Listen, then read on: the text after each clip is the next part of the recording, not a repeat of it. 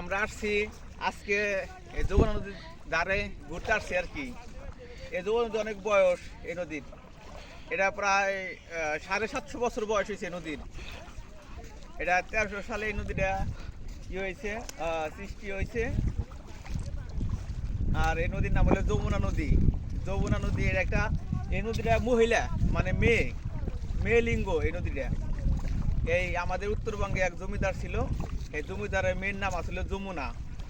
সেই এই পানির ধারে এই নদী ভেঙে গেছে, এই নদীতে সে পড়ে মারা গেছে, নদীতে তারা নিয়ে গেছিল গা। তাই তার মেয়ের নামে নামকরণ করেছিল সেই প্রাচীন যুগের জমিদার, যে আমার মেয়ে যমুনা এখানে মারা গেল, তাহলে এই নদীর নাম যমুনা। তাই এই নদীটা মেয়ে লিঙ্গ বিদায়ী, এই নদীটা প্রতি বছর ভাঙে, এদিকে ওদিকে ওদিকে ভাঙে।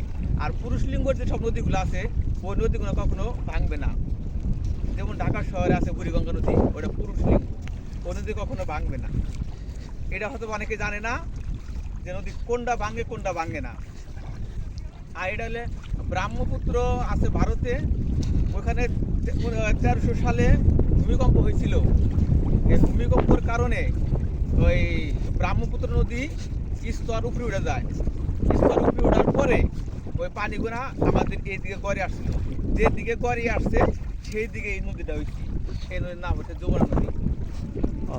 তাই এটা ইতিহাস অনেক আরো আছে, সংক্ষিপ্ত সময়ের কারণে সময় নাই, তাই বলতে পারলাম না। সংক্ষিপ্ত রূপে আর কি যমুনার সৃষ্টি রহস্য, নামকরণ এবং বললাম। ধন্যবাদ। আচ্ছা, ঠিক আছে, সবাই ভালো থাকবেন। আসসালামু আলাইকুম।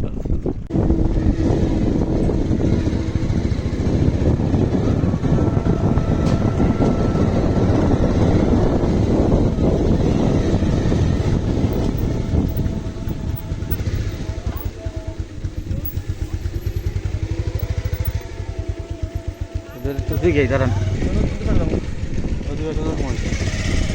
নদী থেকে তারা মাছ ধরে নিয়ে আসতেছে, কয়েকজন লোক একেবারে ছেলেমেলেরা দল বেঁধে মাছ ধরার জন্য গেছিল যমুনা নদীর থেকে।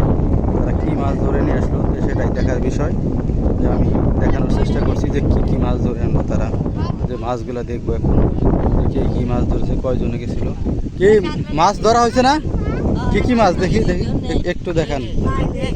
সর্বনাশ, একেবারে সবাই কয়জনে গেছে, কিছু মাছ পাইনি।